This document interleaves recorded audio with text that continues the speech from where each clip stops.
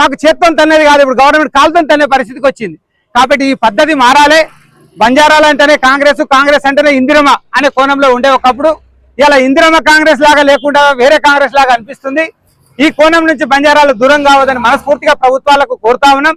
అధికారులు కూడా ప్రతినిధులను పిలవండి. కార్పొరేటర్ స్థాయిలో మా మీర్పేట మేయర్ కార్పొరేషన్ ఉండే, మా వార్డులు ఉండే, అవన్నీ పోయినాయి. కనీసం వాళ్ళని పిలిచి మాట్లాడిరా? ఇందిహనం పోతున్నాయి, వాళ్ళకి వస్తుందా రేపు? ఒక మేయర్ స్థానం చేసినటువంటి వ్యక్తి ఒక 5-4 కార్పొరేటర్లు చేసిన స్థానంలో ఇలా 0 చేసి 32 చేసి ఇప్పుడు ఒక్క గిరిజనలో కూడా లేకుండా చేసినట్టే కదా. అంటే మేము ఒక గిరిజన మేయర్ చేసిన స్థానం కూడా ఇలా కార్పొరేటర్ ఉండదా? ఇది అశాస్త్రీయం కాదా? ఇది నిదానం కాదా? మీరు ఆలోచించండి. ఈ అభిప్రాయ సేకరణ జరగాలి. గిరిజనుల యొక్క ప్రాతినిధ్యాన్ని గుర్తించాలి. మాకు కూడా ఊర్లలో భూములు లేవు, జాగాలు లేవు అని వదిలేసి వచ్చినాం. ఇక్కడ పట్టణంలోనే బతుకుతున్నాం. కాబట్టి మా సోదరులను కాపాడుకోవాలంటే మా ప్రాతినిధ్యం ఉండాలి. మా మీద దాడులు